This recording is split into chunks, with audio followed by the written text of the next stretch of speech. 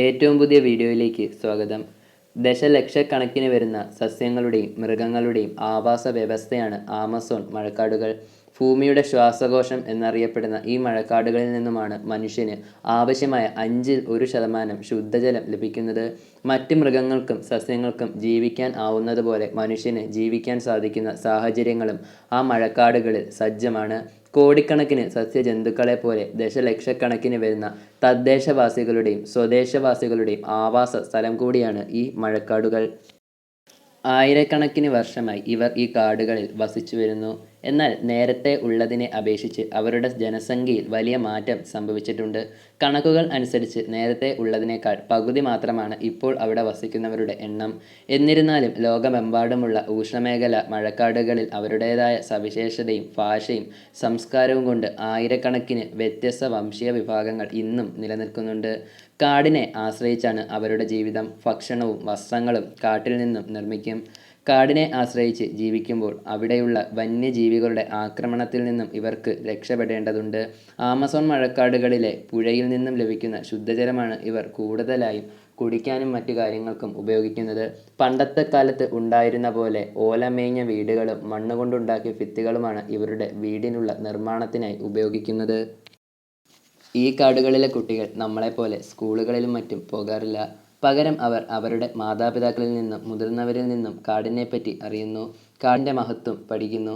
രക്ഷകർത്താക്കൾ തൻ്റെ മക്കളെ കാട്ടിൽ എങ്ങനെ അതിജീവിക്കാമെന്ന് പഠിപ്പിക്കുന്നു. വേട്ടയാടലിനെപ്പറ്റിയും മത്സ്യബന്ധനത്തെപ്പറ്റിയും പഠിക്കുന്നു. അവർ ഏതൊക്കെ സസ്യങ്ങളെ മരുന്നുകളാക്കാമെന്നും ഭക്ഷണമാക്കാമെന്നും മനസ്സിലാക്കുന്നു. വർഷങ്ങളായി മഴക്കാടുകളെപ്പറ്റി പഠിക്കുന്ന ശാസ്ത്രജ്ഞരെക്കാൾ അധികം ഈ കുട്ടികൾക്ക് കാടിനെപ്പറ്റി അറിയാം.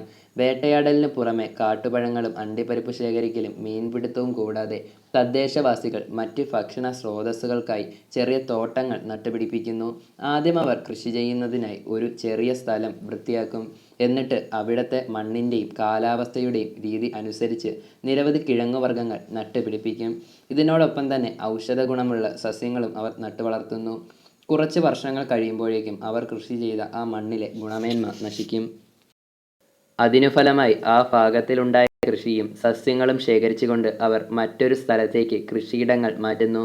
വലിയ അളവിൽ ഭൂമി ലഭ്യമാകുന്ന തദ്ദേശ വിഭാഗങ്ങൾ ഇപ്പോഴും ഷിഫ്റ്റിംഗ് കൃഷിയാണ് ചെയ്തു വരുന്നത്.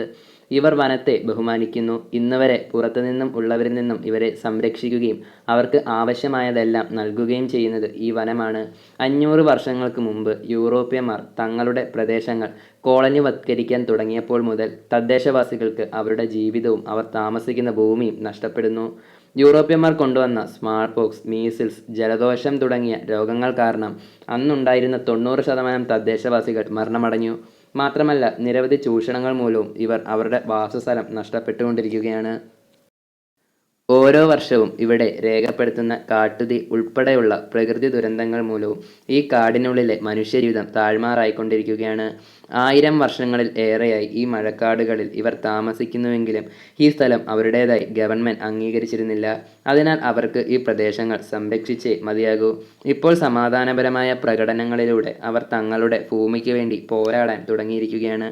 അത്തരം പ്രവർത്തനങ്ങൾ അവരെ അറസ്റ്റ് ചെയ്യാനോ അവരുടെ ജീവൻ നഷ്ടമാകാനോ ഇടയാക്കിയേക്കാം.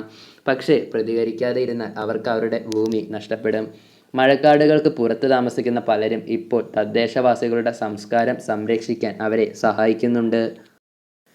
ഇവരെ സംരക്ഷിക്കുന്നതിലൂടെ നമുക്ക് കാടിനെപ്പറ്റി മറ്റ് ഉൽപ്പന്നങ്ങളെപ്പറ്റി മനസ്സിലാക്കാൻ സാധിക്കും. കാടിൻ്റെ സൗന്ദര്യത്തോടൊപ്പം ഇതുപോലെയുള്ള ദുരിതങ്ങളും അവർ അനുഭവിക്കുന്നുണ്ട്. വീഡിയോ ഏവർക്കും ഇഷ്ടപ്പെട്ടു എന്ന് വിശ്വസിക്കുന്നു. ഇഷ്ടപ്പെട്ടാൽ ഒന്ന് ലൈക്ക് ചെയ്യുക, ഷെയർ ചെയ്യുക. ഇതുപോലെയുള്ള ഏറ്റവും പുതിയ വീഡിയോയ്ക്കായി ചാനൽ സബ്സ്ക്രൈബ് ചെയ്യുക. ഏറ്റവും പുതിയ മറ്റൊരു വീഡിയോയുമായി അടുത്ത വട്ടം കാണാം. ബായ്.